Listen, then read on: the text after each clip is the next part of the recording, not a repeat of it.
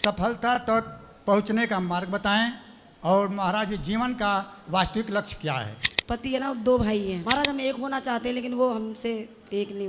जो गुरु हमारे मंत्र दिए हैं उस मंत्र के जैसे कि हमारे यहाँ के लोग कोई जाप नहीं करता है। कथा सुनते हैं या फिर कोई स्पिरिचुअल कुछ भी हम देखते हैं तो उसका कुछ फायदा होता है। हिंदू और मुसलमान में क्या अंतर है? जनता को बदल सका है, इसकी गौ माता की हत्या बंद कराओ।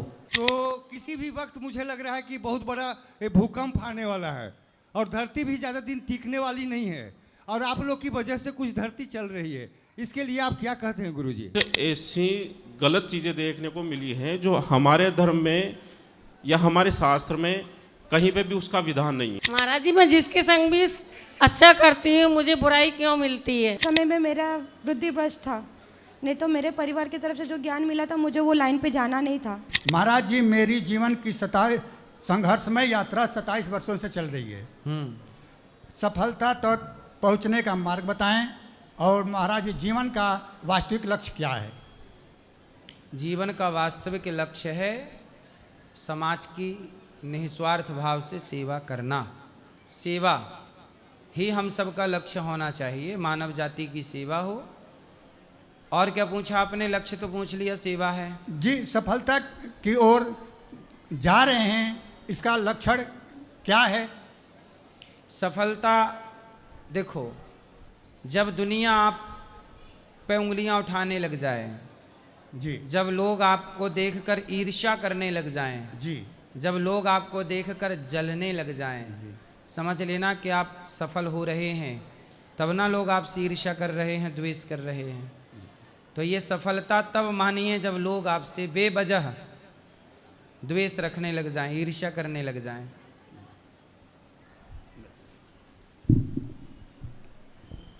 राधे राधे गुरुजी। मेरा नाम नीलेश है। और मैं आपसे एक सवाल पूछना चाहता हूँ कि अखंड ब्रह्मचर्य का पालन कैसे करना चाहिए?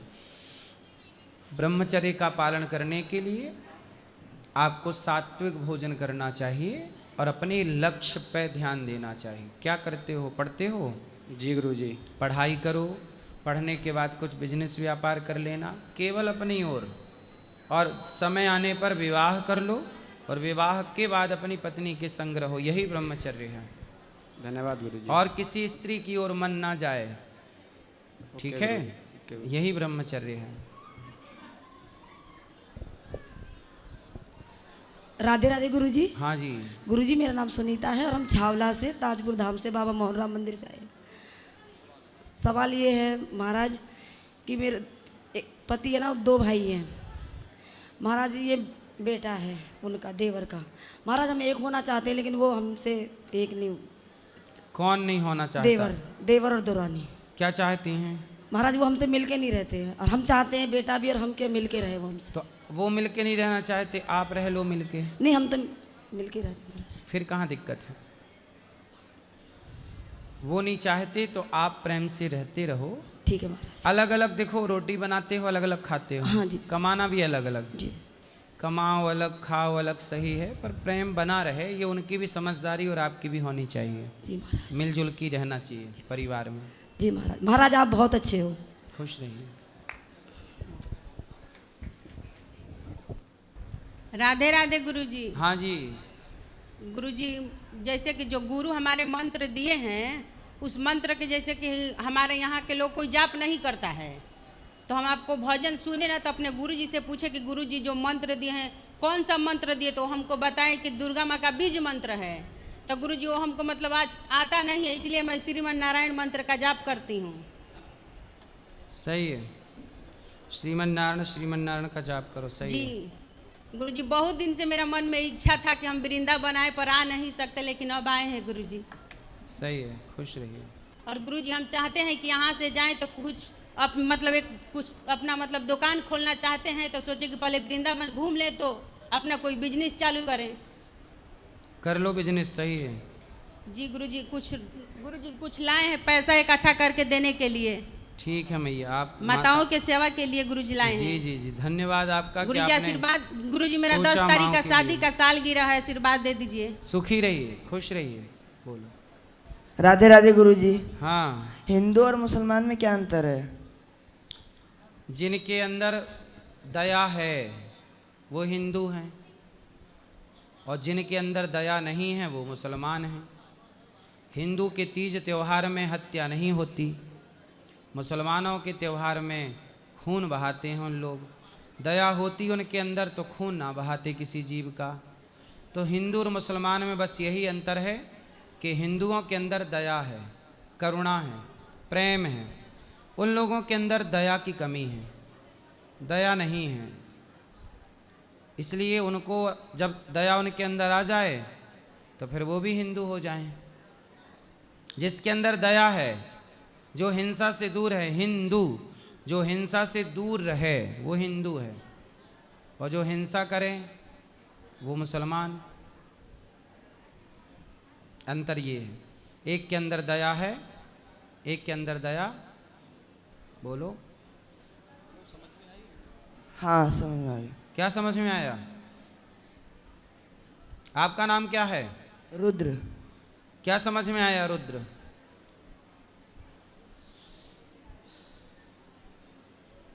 बोलो, क्या समझाया हमने आपको?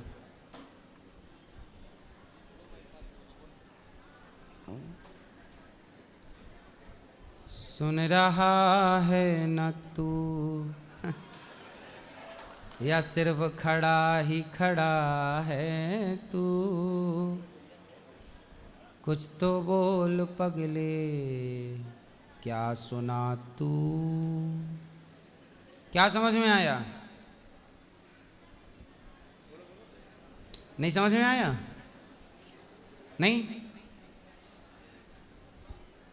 जिसके अंदर दया है वो कौन है? हिंदू। और जिसके अंदर दया नहीं है? मुसलमान। हाँ, सिंपल है। गुरुजी राधे राधे जी। गुरुजी मेरा क्वेश्चन ये है कि जैसे टीवी पे हम कथा सुनते हैं या फिर कोई स्पिरिचुअल कुछ भी हम देखते हैं तो उसका कुछ फ़ायदा होता है? क्योंकि जब तक देखते हैं तब तक तो समझ में आता है, फिर उसके बाद भूल जाते हैं। इसलिए सत्संग रेगुलर करिए, सत्संग रेगुलर। अच्छा ये बताइए, आप अपने बच्चे, आपका शादी हो गई आपकी? हाँ जी। बच्चे हैं? हाँ जी। आप अपने बच्चे को आपने जन्म के टाइम देखा जी, और आपका बच्चा आपकी गोद में आया, आपने देखा मेरा बेटा मेरा बेटा, और इसके बाद आप 5-10 साल के लिए परदेश चले गए। और जब परदेश चले गए और 10 साल बाद लौटे, तब तक आपका बेटा हो गया 10 साल का। अब 10 साल के बाद जब आप अपने गांव आए तो गांव में आपको 4-6 बच्चों के बीच में आपका भी बच्चा था, खेल रहा था। आप पहचान पाओगे अपने बच्चे को? हाँ, जैसे वीडियो कॉल पे तो नहीं, माना कि मोबाइल नहीं था, वीडियो कॉल नहीं था, आपने नहीं बात की, माना कि आज के बिछड़े 10 साल बाद ही मिले, तो क्या आप अपने बच्चे को पहचान पाओगे? नहीं, फिर तो नहीं। मुश्किल होगा। हाँ, आप अपने बेटे को भी भूल जाते हैं, रोज रोज ना देखो तो। ऐसे बच्चों को देखते रहो तो भूलेंगे नहीं, नहीं बच्चा भी भूल जाएगा। ऐसे ही सत्संग रेगुलर करते रहो तो बातें अंदर रहेंगी, वरना अच्छी बातें भूल जाएंगी। रेगुलर सत्संग करते रहो तो बना रहेगा। गुरुजी मेरे सत्संग नित्य होना चाहिए, निरंतरता। गुरुजी मेरे घर वाले और मैं सब मतलब निरंतर ही टीवी पे देखते हैं, लेकिन जब जैसे ऑफिस में जाते हैं या फिर कैसे भी उसका फिर हम भूल जाते हैं, मतलब डेली देखने के बाद भी टीवी पे। कोई बात नहीं, अभी और निरंतरता की आवश्यकता है। अच्छा। रेगुलर उसका देखो, सुन लेना और सुनने के बाद फिर उसका चिंतन करना।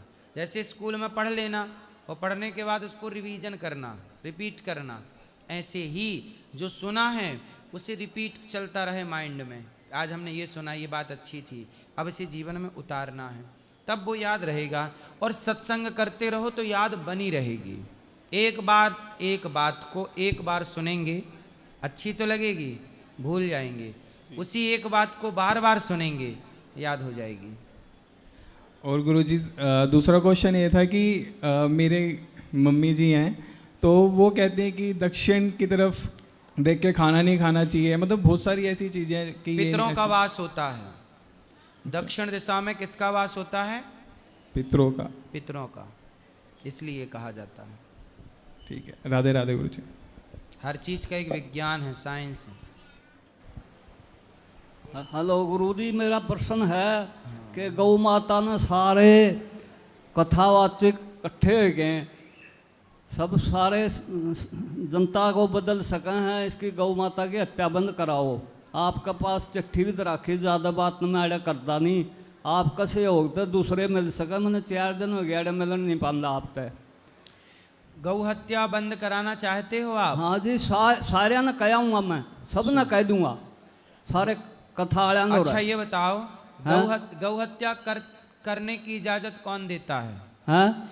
गौ हत्या हाँ। करने की इजाजत, आज्ञा कौन देता है? सरकार। हाँ, करा कौन रहा है? सरकार। सरकार। तो बंद कौन करेगा? सरकार तो बदल देगी, जनता बदल देगी सरकार ने तो। अब जनता सारी। आपने अपने क्षेत्र के नेता से कहा? कहूँगा, आप तो सारे ने कथालिया ने कहूँगा पहला तो मैं। नहीं, आपने अपने क्षेत्र के विधायक सांसद से कहा कि गौ हत्या बंद करो? आप सारी जनता ने बदल सको कथाले। हम तो सालों से कह रहे हैं गौ हत्या बंद करो। आप तो कह रहे हैं, सारे नहीं कंधे, मैं आपका सहयोग चाहिएगा, मैंने चिट्ठी बना के दोगे, 4 दिन हो गए, बात तो को नहीं होती। सही है। और हम तो रोज कहते हैं। आप तो कहो हो, यह तो मैं सुनी, टीवी पे सुनी है। सुनो, कौन बंद कर सकता है? हाँ। गौ हत्या? हाँ। नेता। हाँ, तो नेताओं से कहो। नेता ने वोट देंगे, हमें कहेंगे जनता हमें वोट उसने दें, सरकार उसकी बनावा, सारी जनता कहोगी तो। किसकी सरकार? जो गौ माता की हत्या बंद करेगा। आप अपने नेता से कहो कि भाई हम तुम्हें वोट तब देंगे हाँ। जब गौ हत्या बंद होगी।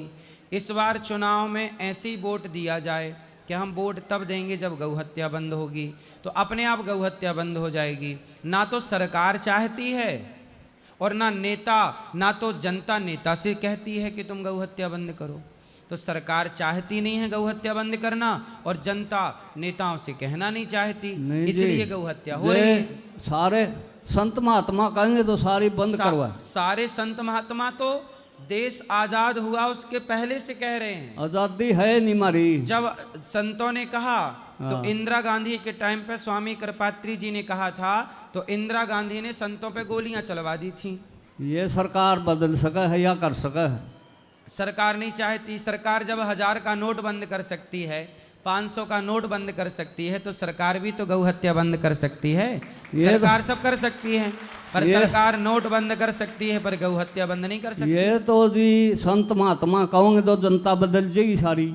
संत महात्मा तो प्रभु कह रहे हैं, नहीं। कह के सरकारों से कई बार, लाखों बार कहे, सुन कौन रहा है? सुना। आज की सरकारें अपने मन की बात सुना रही हैं, जनता के मन की बात सुन नहीं रही। सुन लेंगे, वोटां के मारे सुन लेंगे, सारी चीज सुनेंगे। कौन?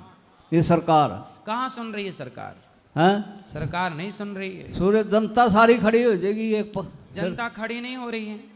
जनता भी नहीं चाहती कि गौ हत्या बंद हो। जनता न तो क्यों? आप लोग चाहते हैं गौ हत्या बंद हो? कितने लोग चाहते हैं? कथाड़े। सुनो, यदि आपने चाहा कि गौ हत्या बंद हो तो बताओ, आपने अपने नेता से कहा कि बंद करो? कब कहा आपने? कभी नहीं कहा होगा। हाथ उठाने से क्या होगा? आपने अपने नेता से, अपने विधायक, अपने सांसद से जब भी मिलो, जितनी बार मिलो उतनी बार कहो कि साहब ये बताओ गौ हत्या कब बंद करोगे? आपने, जनता तो आप हैं, आपने नेता चुने, पर आपने नेताओं से कहा ही नहीं। आपने नेताओं से ये कहा कि हमारा सिलेंडर सस्ता कर दो, हमें राशन दे दो, बिजली का बिल माफ कर दो। नेताओं ने वो किया। आपने कहा होता कि गौ हत्या बंद कर दो तो नेता करते, क्योंकि जो पब्लिक चाहेगी वो नेता करेंगे, पर पब्लिक चाह ही नहीं रही है कि गौ हत्या बंद हो। सच बताओ, जितने लोगों ने हाथ उठाया, सच बताओ, आपने नेताओं से कहा है? नहीं कहा। हाथ उठाने चले आए, क्या होगा हाथ उठाने से? नेताओं से कहो और कड़े शब्दों में कहो कि नेताजी वोट मांगने आए हो, अब की बार तब आना यहाँ जब गौ हत्या बंद कर देना, क्योंकि जिन नेताओं को आप चुनते हैं उन्हीं नेताओं में कोई एक सिग्नेचर करके गौ हत्या का लाइसेंस बांटता है। आप में से ही किसी नेता का साइन होता है जो गौ हत्या का लाइसेंस बांटता है। हाँ जी, आप सारे करोगे नहीं कथाड़िया ना, मैं आप कह दूंगा सारे ना, जितने कथाड़े हैं जनता ना बदल सके सारे। सही कह रहे हैं आप। आपका सहयोग चाहिएगा, पर्ची बना के दिए वो अगला नहीं, मन तो 4 दिन हो गया आप तो मिलता न मिलवाते ही नहीं कोई। नहीं, हम तो देखो मिल रहे हैं, हम सबसे मिल रहे हैं, दिन भर मिलते हैं। 2 दिन तो पर्वत नहीं होए नहीं अपने, कथा तो रोज हुई, प्रश्नोत्तरी आज हुई है, प्रश्न उत्तर होए नहीं। आप एक पर्चा बना के दियो, अगला दौरा मैं उसका अगला दौरा उसका अगला, सारे जाया हूँ मैं। सही है। वृंदावन में आपने नेताजी से कहा, अपने क्षेत्र के नेता से? नेताजी तो जो ही मानना है, जो ही जनता बदलेगी इतना मानना। अरे जो हम पूछ रहे हैं पहले उसका उत्तर दो। आपने अपने सांसद विधायक से कहा? नहीं, लग नहीं गया कदे भी। ले, जिनसे कहना चाहिए उनसे कहा नहीं। ईब कवाएं सारे जनता ने बदलांगे यहाँ पे सारे लायक के संत महात्मा। आप लोगों की यही कमी है, जिससे कहना चाहिए उससे आप कहते नहीं हो। एक तो नहीं, ऊपर लग सरकार सारी लग बदलावा यहाँ पे है। आपको नेताओं से क्यों नहीं कहा? अपने नेताओं से हत्या, गौ हत्या आप संत लोग कर रहे हैं कि नेता लोग कर रहे हैं? कौन दिन हो गए जी, कोई पहले ये बताओ, गौ हत्या संत लोग कर रहे हैं कि नेता लोग? नेता करे और कौन तो करे? फिर नेताओं से क्यों नहीं कहा आपने? कह देंगे ये सारी जनता कहेगी मेरा एक कहना तो कुछ को नहीं बनाया, मेरा कहना तो कोई मैं बनाया, सारी जनता कहोगी जो बनाया। अरे तो सारी में भी तो आप ही हैं। हाँ कहेंगे, आप कहो तो आप अपने विधायक सांसद से कहो तो फिर देखो ये आओगे जो तो कहेंगे, लेकिन मैं तो 1-2 आदमी तो कोई चारा नहीं चलता इसमें। आप गौ हत्या नेता लोग बंद नहीं करेंगे। करवाए तो दे, जनता तो सारी खड़ी हो जाए तो जनता खड़ी होगी तो करना पड़ेगा, वरना नेताओं को नहीं बंद करना, क्योंकि गौ हत्या करने से नेताओं का फायदा होता है, महंगा मांस बिकता है, उस पैसे से चुनाव होते हैं, नेता खरीदे जाते हैं, नेता सरकारें बदलती हैं, सरकारें बनती हैं, चुनाव का प्रचार का पैसा कहाँ से आता है? तो नेता लोग क्यों बंद करेंगे अपने इनकम सोर्स? वो तो जनता कहेगी तब ना बंद होगी। गुरुजी आप एक चिट्ठी बना के दियो, दूसरा मन मिल ले, फिर उसका अगला। किसको चिट्ठी दूं बताओ? अब ये है युद्धाचार्य, वो कौन सा है गाड़ी ही, मेरा नाम याद को नहीं आंदे, सारे ही दे दियो, एक चिट्ठी दे दो बना के इसकी, यो है नहीं? ठीक है, नाम में भूल गया। ठीक है, अब चिट्ठी लिखेंगे। महाराज जय श्री कृष्ण। जी मैया, अમને ગુજરાતી આવે છે। अच्छा બળવા ટીવી માં રોજ જોતા હતા ને એટલે મન થયું કે ચાલો આપણે જઈએ वृंदावन। ठीक है, ठीक यही कहना है बस। खुश रहिए। और हम 5 बजे जा रहे हैं। प्रत्यक्ष आकर हम दान करें और ये लाभ हमें पुण्य मिले, और आपकी कथा से हमें बहुत आनंद होता है और खुशियाँ मिलती है, और हम सद्मार्ग पर चले जाते हैं। सही है। और कोई इच्छा नहीं है, बस आपका आशीर्वाद मिला रहे। क्या गुरुजी राधे राधे। गुरुजी के चरणों में कोटि कोटि प्रणाम।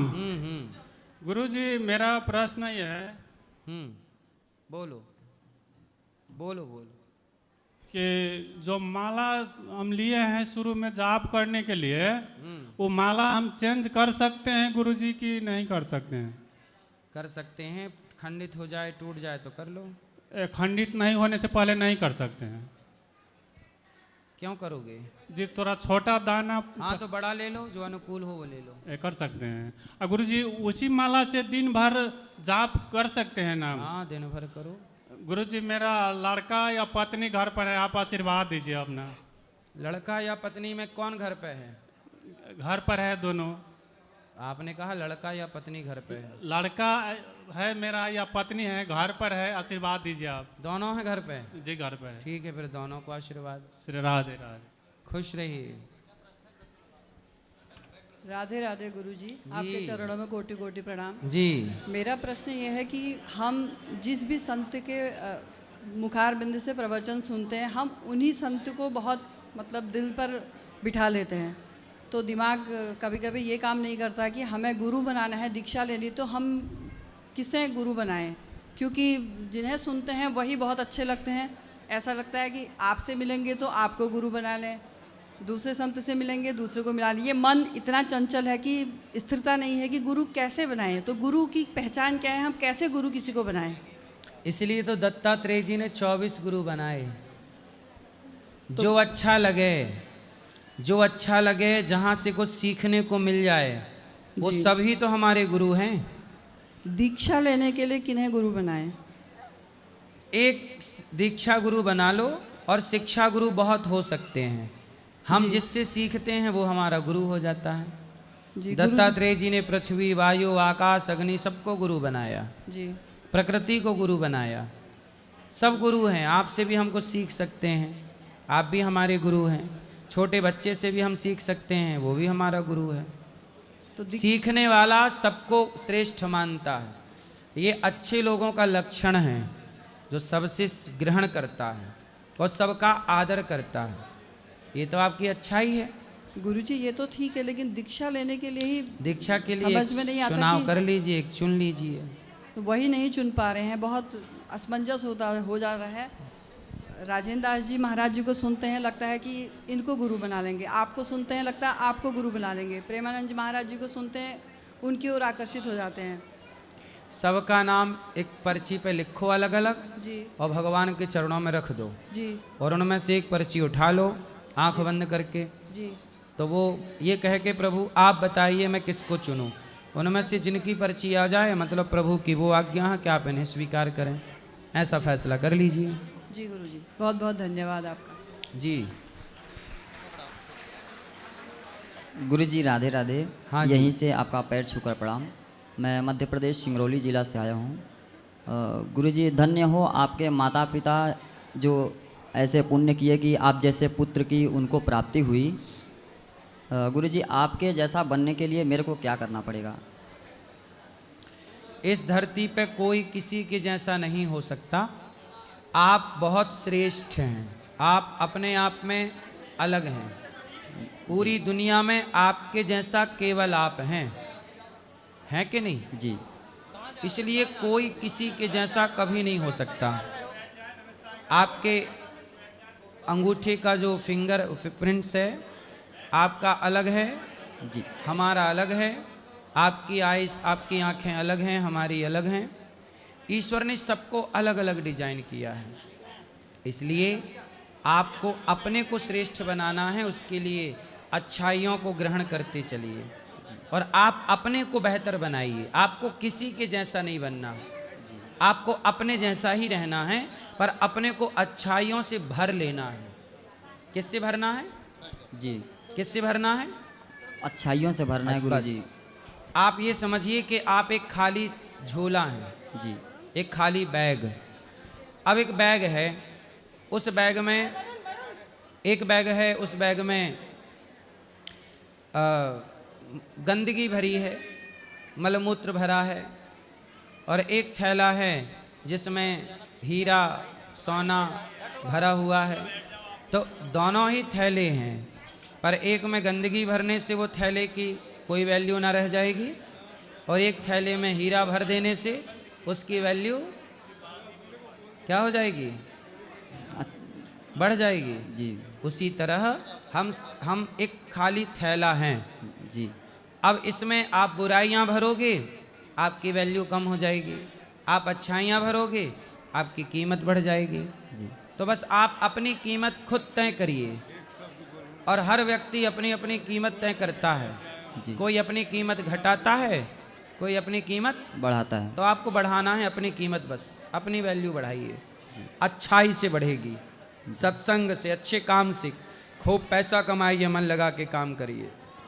गुरुजी मेरा 1 महीने पहले शादी हुई है, मेरी धर्म पत्नी है, हम दोनों को आशीर्वाद दे दीजिए। खुश रहिए। हाँ गुरुजी, मैं गया से आया हूँ। मैं ये कहता हूँ, आपका प्रवचन सुनता हूँ मैं।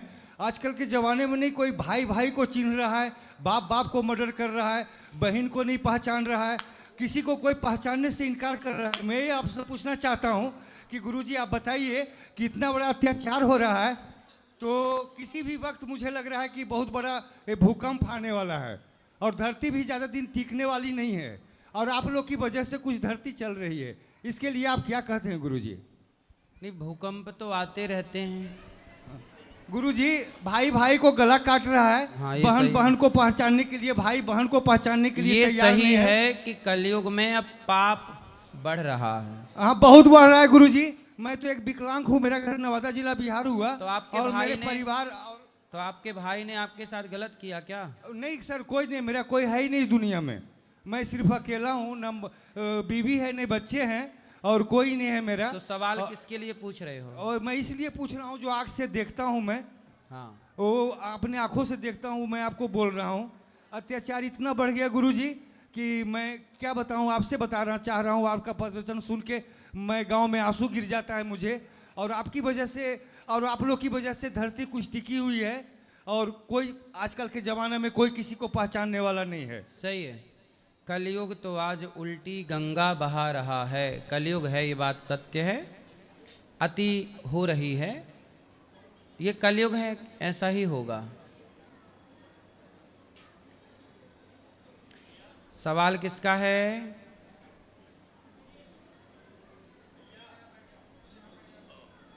श्रीमन नारायण गुरुजी।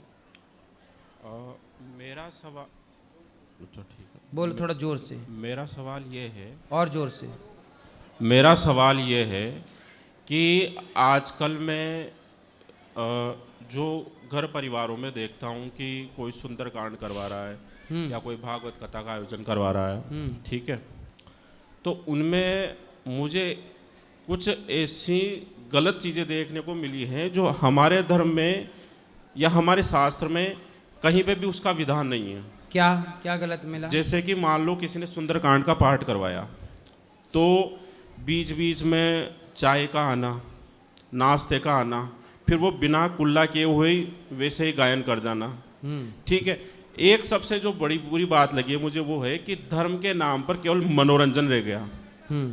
तो मेरी आपसे एक विशेष प्रार्थना है, पर आपकी बात को दुनिया मानती भी है, अगर आप ये चीज़ कहोगे। अच्छा, एक चीज़ और देखिए मैंने कि जैसे भागवत कथा है, ठीक है, या कोई ऐसी राम कथा है या शिव पुराण है या कोई ऐसा भजन वगैरह है, तो उसमें लोगों का जाने का जो उद्देश्य है वो ये होना चाहिए कि हम अगर वहाँ गए हैं तो कुछ चीज़ ग्रहण करके आएँ, लेकिन वो चीज़ न हो करके वहाँ पे मैं आजकल देखता हूँ अधिकतर कथाओं में वो केवल एक मनोरंजन बन के रह गया है।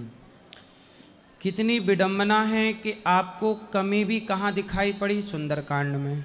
नहीं, मैं आपको शराब पीने वालों में कमी नजर नहीं आई, शराब गुटखा खाने वालों में कमी नजर नहीं आई, गुटखा बेचने वालों में कमी नजर नहीं आई, क्लबों में जाके पराई औरत के संग नाचने वालों में कमी नजर नहीं आई। अरे कलयुग है।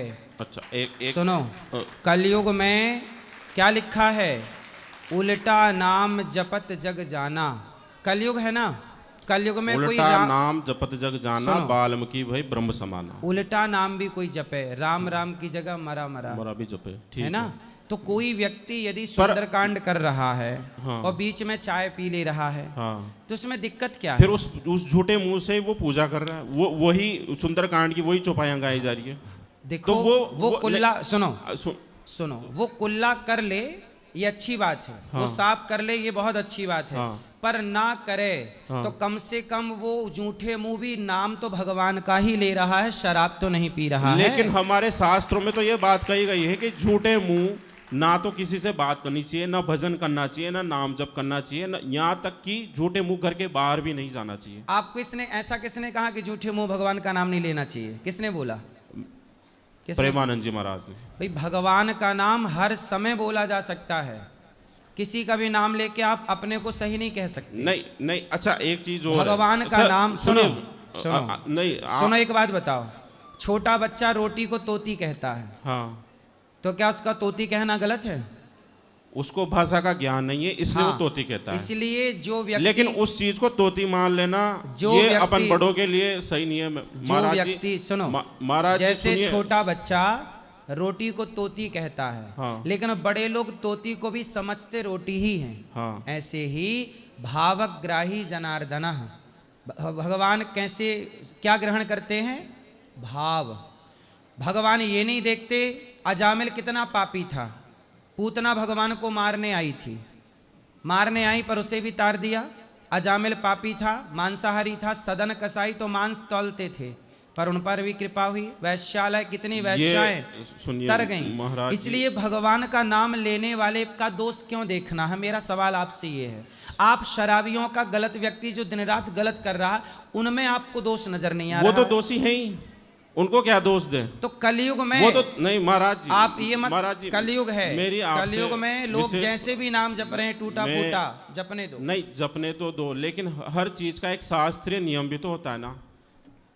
भगवान कृष्ण ने गीता के 16 अध्याय के सबसे अंतिम श्लोक में यही तो कहा है, नियम ये तो शास्त्र में उत्सर्जम। ये नियम तो ये तो भी जो है, शास्त्र से चलेगा नहीं। मैं तो, आपसे पूछना चाहता हूं, नियम तो ये भी है कि आपको धोती पहनना चाहिए, फिर पैंट क्यों पहने हैं? शास्त्र अच्छा में कहाँ ठीक लिखा कि है, पैंट ये पहने? नियम उस टाइम का था जिस टाइम पे वैदिक संस्कृति थी। अभी ना तो वैदिक संस्कृति रही है। क्यों नहीं है वैदिक? हम तो धोती पहने, देख लो। वो आप ठीक है, वो आपके लिए, लेकिन हम अगर धोती पहन के कहीं जाएंगे, हम सांसारिक लोग हैं, ठीक है, हमें रिश्तेदारों में भी जाना है, हमें ऑफिस भी जाना है, हम सब काम करना है, तो हम अगर वहाँ पे वो ड्रेस कोड अलाव ही नहीं है तो हम कैसे जा पाएंगे वहाँ पे? तो हमें वैसे करना पड़ेगा ना। जैसे समय के हिसाब से आपने अपने को बदल लिया, हाँ, ऐसे ही सुंदरकांड वाला भी समय के साथ वो भी चाय पी पी के कर रहा है सुंदरकांड। पर महाराज जी मैं यही बताना कलयुगी है ना वो भी, कि शास्त्रों में ये कहीं पे भी नहीं लिखा हुआ कि झूठे मुंह आप कुछ शास्त्रीय विधि विधानों को। शबरी माता ने झूठे बेर राम को खिला दिए। शबरी माँ के बराबर का भावना या सिद्ध अवस्था है क्या किसी की वर्तमान युग में? अरे वो सुंदरकांड पढ़ने वाला चाय पी के पढ़ रहा है, आपको क्या दिक्कत है? वो गुटखा खा के भी पढ़ता है। पढ़ने दो, पढ़ तो गुटखा खा के एक तरफ ऐसे करता है। हम कहते हैं देखो ये सब गलत तो है। ये हाँ, सुनो, तो मैं बस ये कहना चाहता हूं, गुटखा खाना, सुनिए महाराज, पहले सुन लो, इस चीज को लोग गुटखा खाना हमारे गलत है। धर्म के ऊपर एक क्वेश्चन मार्क उठाते हैं कि तुम्हारी तो रीति रिवाज ही उल्टे हैं। तो किसकी सही है?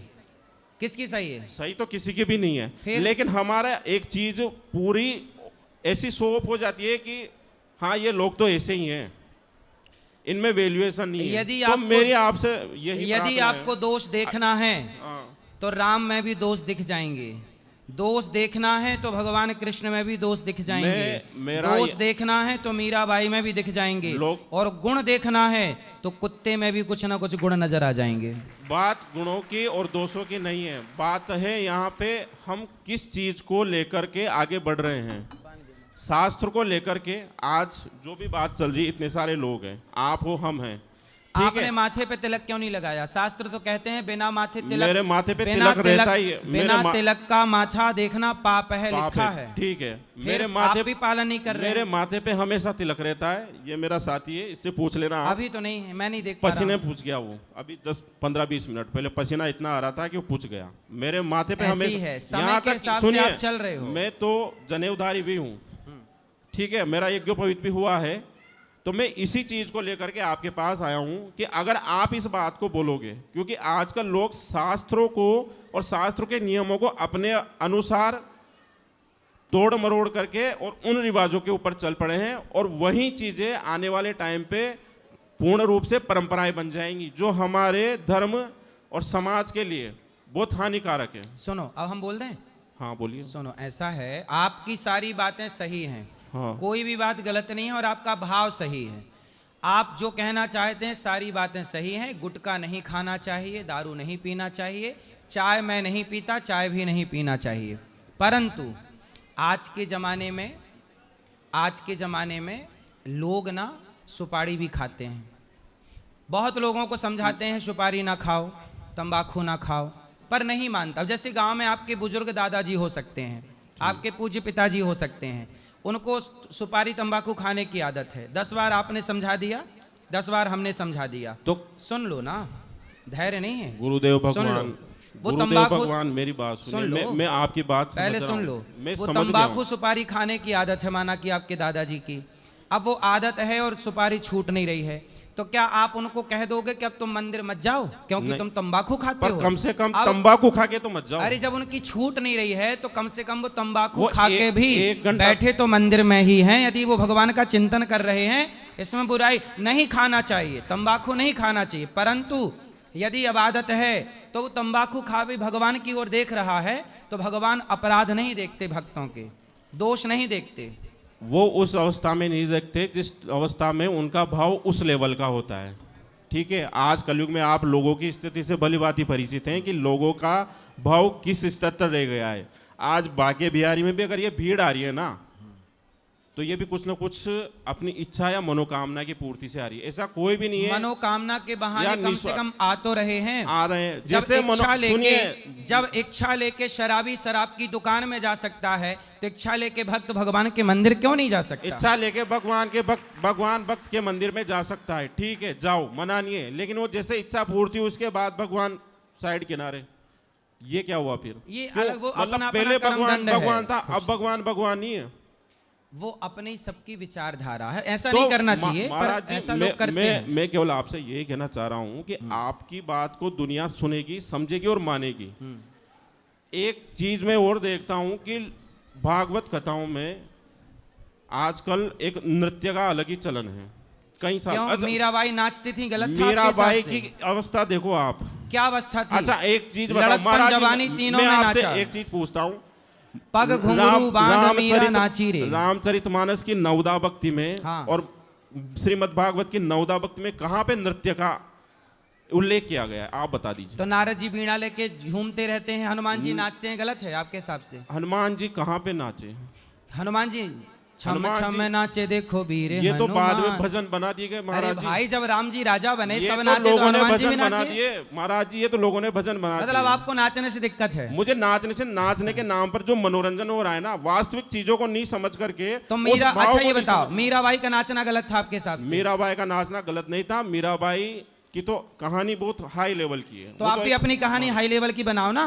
मैं तो आप क्यों लो लेवल के बने हो? आप भी हाई लेवल के बनो। हाई लेवल का ही हूँ। तो फिर नाचो मीरा की तरह। मैं नहीं नाचूंगा। तो फिर मीरा कैसे बनोगे? मैं तो गलत चीजों का जो है वो धर्म के नाम पे जो गलत चीजें घुस गए उनका विरोध करूंगा। केवल सनातन में ही खोट नजर आ रहा है। सब में खोट नजर आ रही है। अरे यही तो मैं ये देखना चाहता हूं कि ये दुष्ट व्यक्ति का लक्षण है शास्त्रों में। दुष्ट व्यक्ति का शास्त्रों में उसे दुष्ट कहा जाता है जो सब में खोट देखता है। इसका अरे गुण देखो, एक मिनट दत्तात्रेय जी ने सब में गुण देखा है, तब ना गुरु बनाए सबको। उन्होंने देखे हैं 24 अलग अलग प्राणियों में अलग अलग गुण। हाँ, आप भी देख लो ना गुण। हम भी देख रहे हैं ना। आप तो कह रहे हो मैं सब में अवगुण देखता हूँ। वो अवगुण दिखाएंगे तो अवगुण ही देखने पड़ेंगे। प्रहलाद जी की आंखों में चश्मा, प्रहलाद की आंखों का चश्मा कैसा था कि खंबे में भी भगवान दिखते थे। तो प्रहलाद जैसी चश्मा कैसा है, सब में अवगुण दिख रहे हैं। प्रहलाद जैसी सिद्धावस्था अभी के लोगों की है क्या? ये आप अपनी बना लो। हमारी तो है। तो फिर आपको अवगुण क्यों दिख रहे हैं सब में? क्योंकि मैं चाहता हूं कि लोग जो है ना, जो चीजें गलत घुस गई हैं उन चीजों का निराकरण पहले आप अपनी चीजें ठीक कर लो। हमारी तो चीजें ठीक है गुरुदेव। तो आप अवगुण क्यों देखते हो सब में? हाँ, आप सबके दोष क्यों देखते हो? क्योंकि वो दोष धीरे धीरे परंपराएं बनती जा रही है।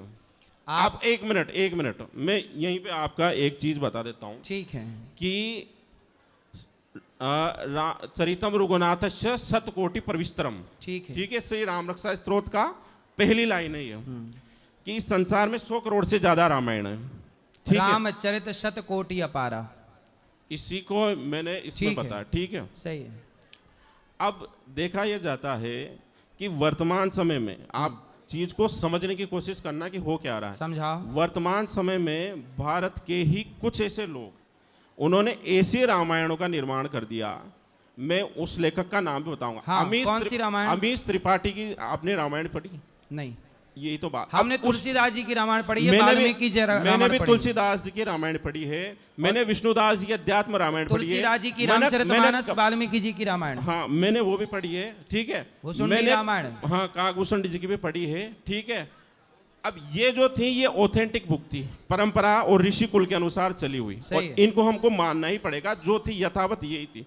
लेकिन वर्तमान समय में एक लेखक है अमीश त्रिपाठी, ठीक है, उसने ऐसी रामायण बनाई है जिसमें हनुमान जी को, वो है काल्पनिक, लेकिन धीरे धीरे अब वर्तमान समय में सोशल मीडिया का और इंटरनेट का युग है। ठीक है, तो लोग इंटरनेट से वो डाउनलोड कर लेते हैं, उनको पढ़ करके ये मान लेते हैं कि हाँ कुछ हद तक ये भी सही है, और धीरे धीरे उन चीज़ों को अपनाने लगे। उसमें यह बताया गया है कि हनुमान जी वेश्यावृत्ति करते थे। अब ये तो लिखने वाला ही मूर्ख रहा होगा। तो नहीं, वो सही है, आपकी बात भी सही है, मैं भी जानता हूँ इस चीज़ को, लेकिन जो धीरे धीरे हमारे शास्त्रों में ये सेंध मार करके, ठीक है, और गलत चीज़ें चला करके और गलत रूढ़ियाँ चला करके वो धीरे धीरे परंपराएं बनती जा रही है, मैं उनके खिलाफ हूँ। ऐसे लोगों पे कार्रवाई होनी चाहिए, ये तो सही है, सरकारी स्तर पे कार्य होना चाहिए जो गलत चीज़ें घुसाई जाएं। समस्या ये है कि सनातनियों को यही नहीं पता कि हम कौन सी रामायण पढ़ें, और यदि सही रामायण पढ़ लेंगे तो सही ज्ञान होगा, गलत पढ़ेंगे गलत ज्ञान होगा, तो पढ़ते गलत है तो गलत ज्ञान हो जाता है। तो मैं यही समझाना चाह रहा हूँ कि कुछ चीज़ें हमारे धर्म में ऐसी चल पड़ी है, सही है, जो परंपराएं बनती जा रही है वो है नहीं। इस आप बात से मैं सहमत हूँ आपकी इस बात से। मैं यही कहना चाह रहा था। तो मैं आपसे ये कहना चाहता हूँ कि आप सारी पब्लिक से निवेदन करें कि चाय ना पिया करें सुंदरकांड में। मैं खुद भी नहीं पीता हूँ सर। सुन लो भाई, ये आदमी परेशान है कि चाय ना पिया जाए सुंदरकांड में। मैं ये चाहता हूँ कि आप जब भी अपने घर में सुंदरकांड का पाठ करवाएं, भागवत का पाठ करवाएं, राम कथा करवाएं, ठीक है, चाय ना पिए हैं, चाय ना पिए, गुटखा ना पिए, शराब ना पिए, नॉनवेज ना खाएं, ठीक है। सबसे बड़ी बात यह है, सही है कि अगर आप लोग ही अपने धर्म के नियमों का पालन नहीं करोगे तो कौन करेगा। सही कहा आपने।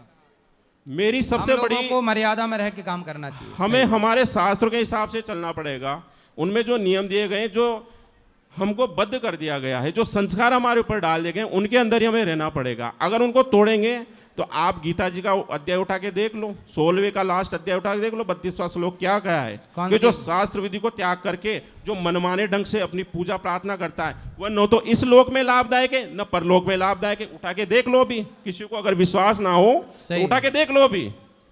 सही है, चलो अब सबको मौका दो थोड़ा। अच्छा, दूसरी एक और बात है। अच्छा, मौका नहीं दोगे? नहीं, मौका दूंगा। कहीं मैं ये कहना चाह रहा हूँ, मैंने कहीं पे एक ब्रह्म सत्संग में एक बात सुनी थी, मैं आपसे कंफर्म करना चाहता हूँ। बोलो। कि जो महाराज संत सुखदेव जी थे, अभी बात करेंगे, महाराज संत सुखदेव जी थे, तो सुखदेव जी विवाहित थे या अविवाहित थे? दो सुखदेव जी की कथा है। अच्छा, दो है, जैसे एक नाम के व्यक्ति दो होते हैं। रुकिए, एक हम नाम भी तप रहे हैं, एक नाम के हम भी तप रहे हैं। अच्छा, बैठ, दादाजी को बिठाओ। उम्र की सब थोड़ा आपने ज्यादा टाइम ले लिया, सबको मौका दीजिए। हाँ, ऐसा है, दो है, एक नाम के दो व्यक्ति हो सकते हैं, तो वो दो कथाएं अलग अलग। ठीक है, तो उनमें एक चीज मैं पूछना चाह रहा हूँ कि जो सुखदेव जी को जो पूर्ण ज्ञान नहीं था, तो व्यास देव जी ने बोला कि तुम जनक जी से जाकर के शिक्षा प्राप्त करो, तो वो जनक जी कौन से थे? जनक जी बहुत हुए हैं, जनक एक नहीं हुए। हाँ। अलग अलग टाइम पे जो उस गद्दी, जैसे प्रधानमंत्री बहुत हो गए, ठीक है, प्रधानमंत्री एक पद है, ऐसे हाँ। जनक भी एक पद है। तो मैं आपसे पूछना चाह रहा हूँ कि जो त्रेता में सीता जी के पिता थे वो कौन से जनक थे, और जो द्वापर में जिन्होंने इनको ज्ञान दिया, सब जनकों के नाम, उनका नाम क्या था? वो पुराणों में देखना पड़ेगा, सब जनकों के अलग अलग नाम पड़े हैं। तो आप हमें कब तक बता दोगे? तो वो पुराणों में देखना पड़ेगा ना। अब सबके बाप दादों का नाम तो मेरे को याद नहीं है, वो देख के लिखा उन्होंने है। बोला कि श्रीमद् भागवत में ये चीज है, तो मैंने क्या, सब जनक हैं और जनक के नाम सबके लिखे हैं, कितने जनक हुए हैं सबके नाम हमारे पुराणों में है। तो वो कौन से जनक हैं उनका नाम देख के हम बता देंगे इसमें क्या है, नाम ही तो जानना है आपको। ठीक है, मैं बस आपसे भैया एक मिनट, मैं आपसे ये कहना चाहूँगा कि आपने इतना कीमती समय निकाला हमारे लिए, बस मेरी जो प्रार्थना है, आप एक बार सब लोगों को वो बता करके, और विशेष अनुरोध है कि लोगों से ये प्रार्थना करें कि कम से कम हमारे धार्मिक रीति रिवाजों में कम से कम शोक और व्यसनों से तो दूर रहें, कम से कम उस टाइम के लिए। किसके लिए? शोक और व्यसन, जो गलत व्यसन गुटखा, विमल, पान, तंबाकू, और एक मनोरंजन न बनाएं। भागवत कथा को वो श्रवण करें, नवदा भक्ति को बढ़ाएं। सही, चलो सबको मौका दो। राधे राधे महर्ष जी। जी, आपके चरण में कोटि कोटि प्रणाम। महाराज जी, जैसे हम वेजिटेरियन हैं, मेरा दोस्त वगैरह वो नॉन वेज खाता है, तो मैं उनको बोलती हूँ ये मत खाओ, ये पाप है। वो बोलते हैं तुम भी तो पाप कर रही हो, पेड़ पौधों को काट रही हो, तो हम उनको क्या जवाब दे? भाई उनसे बोलना कि जब आप किसी पशु पक्षी को मारते हो तो पशु पक्षी के पास ब्रेन होता है, मस्तिष्क होता है, और जब मस्तिष्क होता है तो उनको दर्द होता है। भाई दर्द किसे होता है? जिसके पास दिमाग है। हाँ, तो बताइए, क्या गेहूं के पास मस्तिष्क है? नहीं। चने के पास मस्तिष्क है? नहीं। तो फिर इन्हें दर्द नहीं होगा, इसलिए इन्हें खाया जा सकता है। दाल चावल सब्जी रोटी खाई जा सकती है, लेकिन मुर्गी, मुर्गा, बकरा, बकरी, भैंसा, सुअर सबके पास दिमाग है, सबके पास रीढ़ की हड्डी है, इनके पास मस्तिष्क है तो दर्द है। और जिसके पास, ये साइंस बोलता है, साइंस कहता है कि दर्द होने के लिए क्या जरूरी है? मस्तिष्क। अब इनके पास तो दाल चावल रोटी खाना सही है, मांस खाना गलत है, साइंस भी प्रूव कर रहा है। धन्यवाद महाराज जी। अब उनको अक्ल नहीं है तो हम क्या करें? महाराज जी जय जिनेंद्र। जय जिनेंद्र। राधे राधे। राधे राधे। मैं अपने परिवार के साथ अजमेर से आया हूँ। मेरी एक भावना है, मैं एक वृद्ध माता को गोद लेना चाहता हूँ। मैं आपका आशीर्वाद चाहता हूँ, मेरे परिवार को भी आप आशीर्वाद देवें। खुश रहिए बस, और मैं अपने बच्चे वगैरह मेरे सब खुश रहे। मैं और मेरी पत्नी जब तक हैं, बस हमको स्वस्थ रखे और हमको बस राजी खुशी हमको भगवान बैकुंठ धाम पहुँचा देवे। सुखी रहिए बस, और हमको कुछ ही नहीं चाहिए, भगवान का दिया बहुत कुछ है। तो एक वृद्ध माता गोद लेने की भावना है मेरी, इसी बारे में अजमेर से यहाँ चल के आया हूँ। बिल्कुल बिल्कुल। जैसा आपका आशीर्वाद। खुश रहिए, खुश रहिए। महाराज जी, मैं जिसके संग भी अच्छा करती हूँ मुझे बुराई क्यों मिलती है? क्या अच्छा कर दिया आपने? परिवार के संग किसी के भी साथ क्या अच्छा किया? अच्छा गृहस्थ रूप में किसी के साथ भी भलाई करती हूँ ना, मुझे बुराई मिलती है। क्या अच्छा किया बताओ, अच्छाई क्या थी? सबके संग हारी बीमारी में, गृहस्थी में, कोई भी काम में करती हूँ तो बुराइयाँ मिलती हैं मुझे। मतलब बीमारी में आप क्या बीमारी देती हो कि दवाई देती हो? नहीं, दवाई वगैरह उनकी हेल्प करना, फिर भी बुराइयाँ मिलती हैं मुझे। मतलब गोली दे दी आपने दवाई की, तो उसमें आपको फिर क्या चाहिए बदले में? नहीं, अपनापन तो अपनापन मिलना चाहिए ना। हम अपनापन दिखा रहे हैं तो अपनापन नहीं मिलता। किसको, किससे अपनापन चाहती हैं? अपने मायके वालों का भी करा, ससुराल वालों का भी करा, जब भी बुराइयां मिलती हैं। तो आपके भाई आपके साथ अपनापन नहीं रखते? नहीं रखते। और आपके पति? पति तो बाहर रहते हैं। पति अपनापन नहीं रखते आपके साथ? अपनापन नहीं रखते, वो शराब पीते हैं। अच्छा, वो शराब से अपनापन रखते हैं? हाँ हाँ, बच्चों से नहीं रखते वो। और आपके बच्चे किससे अपनापन रखते हैं? बच्चे तो मेरे से रखते हैं। तो फिर बच्चे कितने हैं आपके? बच्चे अच्छे हैं मेरे, दो बच्चे हैं मेरे। एक बेटा मेरे साथ आया है। तो 2 बच्चों से अपनापन मिल रहा है? मिल रहा है। तो 2 में खुश रहो ना, और सबसे क्यों अपनापन चाहिए? एक तो आप संतोष नहीं रखती हो। एक बात और महाराज जी, जब भी मैं भगवान जी के दर्शन करती हूँ या पूजा पाठ करती हूँ, मेरे आंसू आ जाते हैं। अच्छा। रोना आ जाता है मुझे। तो रो लिया करो। रो लेती हूँ। सही है, समस्या नहीं है कुछ भी, बेवजह परेशान ना रहो। नहीं, सब ठीक है। खुश रहिए। राधे राधे।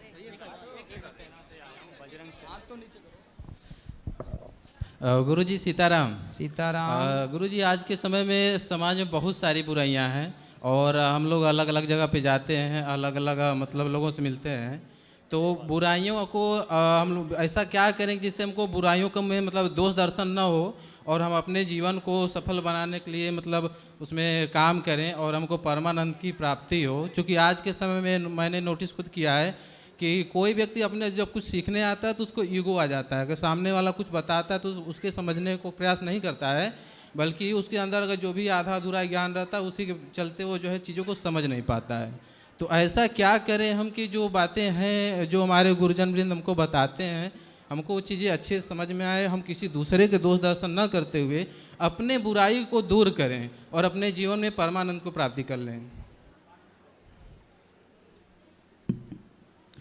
देखो, दोष तो संसार में सबके अंदर है। जी गुरुजी। एक भी इंसान ऐसा नहीं है जिसके अंदर कोई दोष ना हो। ना हो, बिल्कुल।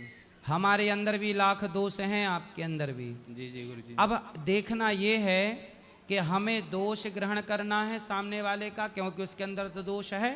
जी गुरुजी। अच्छा, उसके अंदर कोई ना कोई गुण भी है, अच्छाई भी है। जी। अब ये हम पर निर्भर करता है कि हम आपके दोष ग्रहण करें, अच्छाई ग्रहण करें, या आपके बुराई ग्रहण करें। जी गुरुजी। इसलिए अच्छाई ग्रहण करते चलो और बुराई ग्रहण ना करते हुए सामने वाले को समझाते चलो कि आपके अंदर ये कमी है, ये बुराई है, आप ठीक कर लीजिए। तो गुरुजी, वो करना चाहे तो कर ले, नहीं तो आप आगे बढ़ते चलो। तो गुरुजी, मतलब उसके लिए क्या हम अपने ऊपर क्या काम करें जिससे हमारे अंदर ये शक्ति मतलब हो कि हम किसी में दोष दर्शन करें तो मतलब उसको इग्नोर कर दें। आप दोष दर्शन यदि कर रहे हैं तो उसमें गुण का भी दर्शन कर लीजिए। अच्छा।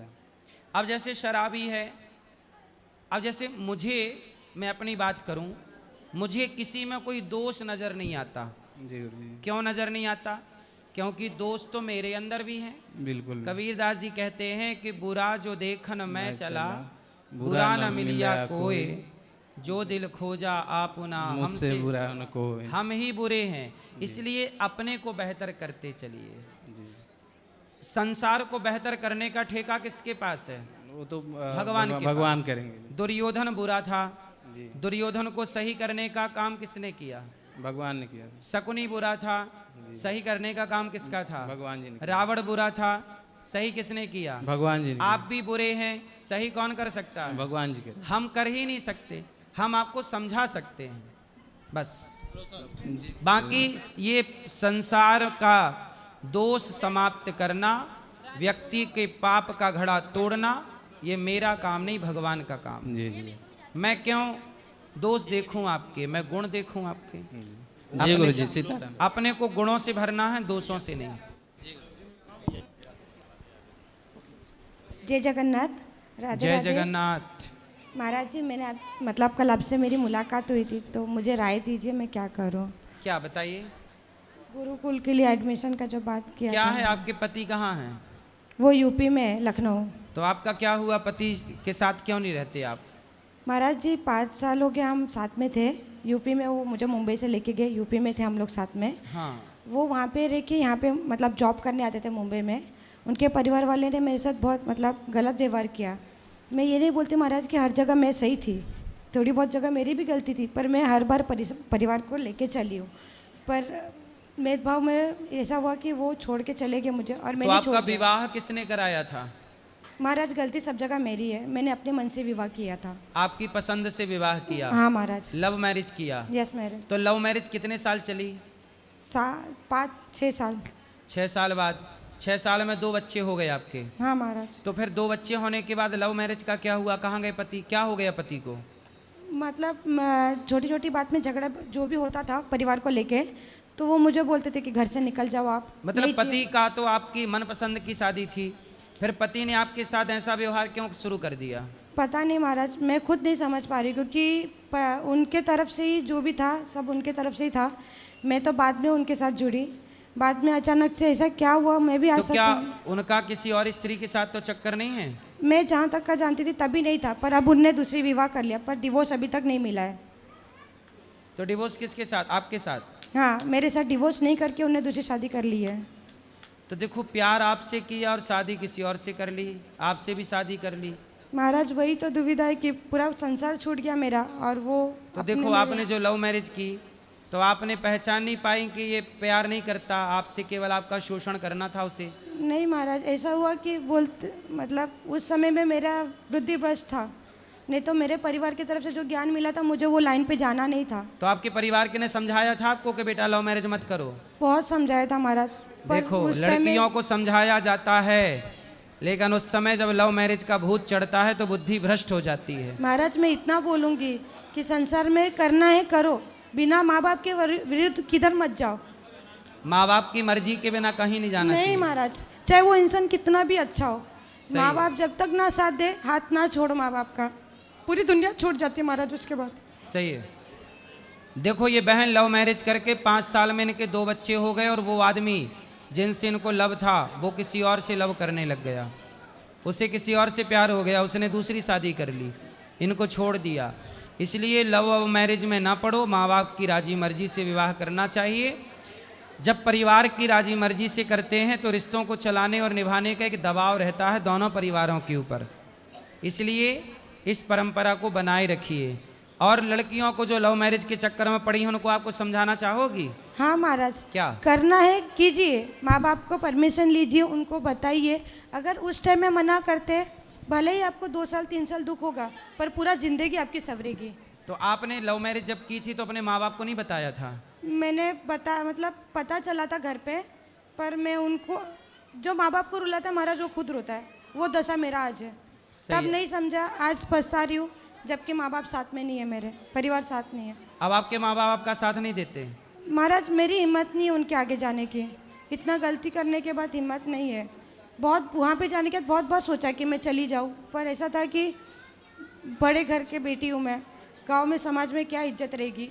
एक तो आपके पिताजी क्या करते थे, क्या करते हैं? पिताजी तो मेरे गुजर गए हैं, अब नहीं है वो। तो शादी, आपकी शादी के पहले के बाद? ना, ऑटो चलाते थे। आपके पिताजी ऑटो चलाते हाँ थे? महाराज जी। तो आपके पिताजी ने समझाया था कि बेटा विवाह ना करो वहाँ जहाँ करना है? ऐसा था महाराज जी कि पिताजी और मेरे कभी बाप बेटी का रिश्ता नहीं था, मेरे दोस्त थे वो। हर सुख दुख में मेरे साथ थे, कहीं पे भी जाते मुझे लेके जाते थे। ऐसा है तो इतना प्यार करते थे आपके पिताजी आपको? ऐसा था कि रात को उनके हाथ का निवाला खाए बिना सोती नहीं थी, भले ही सो जाओ वो फिर उठा भी के। आपने अपने पिता को धोखा दे दिया। आज उसका ही परिणाम है, हम अकेले, आज उसी का परिणाम है महाराज कि मैं अकेली हूँ। तो इतना प्यार देने के बाद भी आप लोग क्यों धोखा दे देते हैं अपने माँ बाप को? महाराज वही तो सबको बोलना चाहती हूँ कि गलत मत करो, भले ही रो लो 2-3 साल, पर जिंदगी ना रो, ना बाप बाप को रुलाओ। सारा बाद में मिल जाता पर सम्मान नहीं मिलता है महाराज। सही है। इसके लिए पर महाराज अब जो मेरी परिस्थिति है वो मेरे से नहीं संभाला जा तो रहा। आपकी माँ कहाँ है? वो रहते मुंबई में ही रहते हो सब। तो माँ से बात नहीं होती आपकी? मैं नहीं करती महाराज, मैं नहीं जाती उनके पास, मैं नहीं करती। और आपके भाई? भाई भी है मेरे, एक भाई है, एक बड़ी बहन है। उनका किसका भी विवाह नहीं हुआ था, मैंने शादी कर ली थी। तो अभी हम ठहरे ब्राह्मण करके, तो गांव में समाज में तो आपने जिनसे विवाह किया था वो प्रेमी, वो भी ब्राह्मण था, कोई और था? मैंने जात पात नहीं देखा था महाराज, तो वो तो नीची जाति के ही है वो। नहीं, नीची ऊंची जाति तो नहीं, लेकिन मैंने ब्राह्मण नहीं का देखा। ब्राह्मण में ही विवाह करना चाहिए। नीच ऊंच ना होता है, नीच नहीं बोलना चाहिए किसी को, नीची ऊंची नहीं होती, जातियां होती हैं बस। वही तो कि जाति उनकी अलग थी, मेरी जाति अलग थी, पर जी। मैंने वो सब नहीं देख के विश्वास करके कर लिया था। इसलिए कहते हैं कि एक गलत डिसीजन सारी जिंदगी बर्बाद कर देता है, एक गलत निर्णय। तो अब आप दूसरा विवाह करना नहीं चाहती कि दूसरा? नहीं महाराज, नहीं करना। अब संसार से मन उठ गया है। क्यों? अब क्योंकि महाराज जहाँ तक मुझे पता है, मैंने किसी के साथ गलत नहीं किया था। वहाँ पे 3 देवर थे, तीनों देवर को अपने भाई समान माना। छोटे 5 साल के, 7 साल के, 10 साल के, इतने छोटे छोटे थे। तो मैंने अपने तरफ से सब रिश्ता निभाया, पर बदले में मुझे जो मिला महाराज, मुझे नहीं अब करना। अच्छा, जो आपके पति हैं वो, उनसे अब बात नहीं होती आपकी? नहीं, मैं नहीं करती। मैंने 2-3 बार कॉल किया, पर वो बराबर बात नहीं करते मुझसे, तो इसके लिए मैं नहीं करती। तो कितने साल से अलग हैं पति आपके? 2 साल हो गया महाराज। शादी को टोटल 5 साल? 2019 में शादी की थी मैंने। तो 3 साल साथ में रहे, इसमें 2 बच्चे पैदा हो गए? हाँ महाराज। और- नहीं 2019 में किया था, 24 में मैं आई हूँ। ऐसा तो 5 साल उनके साथ थी, 2 साल हो गए मुंबई अच्छा, में हुआ। 5 साल उनके साथ थी, 2 साल मतलब 7 साल हो गए? हाँ महाराज। शादी के। कितने साल की हो आप? हैं? नहीं पता। कितने? पता नहीं है? महाराज बताना नहीं चाहते हैं। अच्छा, नहीं उम्र बताना। बहुत कम है हमारी। अच्छा, सबके सामने नहीं बता सकते। उम्र कम है आपकी, मतलब जल्दी विवाह कर लिया आपने? हाँ महाराज। तो आप पढ़ी लिखी हो? 12वीं पास थे महाराज उस टाइम में। मतलब पढ़ाई कर रहे थे, जॉब भी स्टार्ट था हमारा। जब 12वीं पास हुई उसके बाद शादी हो गई आपकी? हाँ, मैंने कर ली। तो बहुत जल्दी नहीं कर ली आपने शादी? वही सजा आज भुगत रही हूँ महाराज, आज वही सजा भुगत रही हूँ कि किसी की नहीं सुनी संसार में, खुद की मन की करके आज अकेली हूँ मैं। इसलिए कहते हैं देखो, मन की मत मानियो, मन कहाँ कहाँ ले जाएगा। इसलिए रिश्ते एक दिन के नहीं होते, सदा के लिए होते हैं। इसलिए रिश्तों को, माँ के रिश्ते को, बाप के रिश्ते को तोड़ा ना जाए।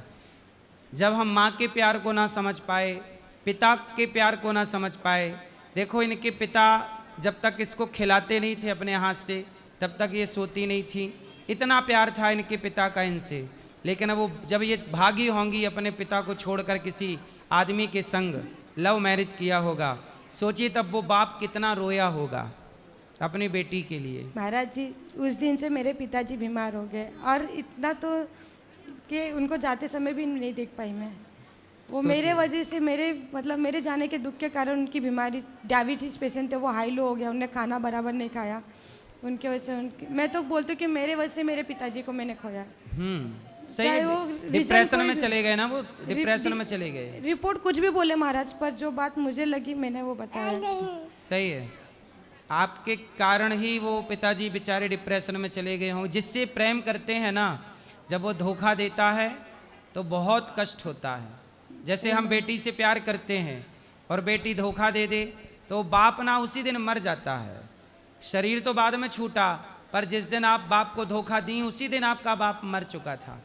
फिर वो तो केवल उसका हाड़ा मांस खड़ा था, केवल देह खड़ी थी वहाँ की, वो तो मर चुका था।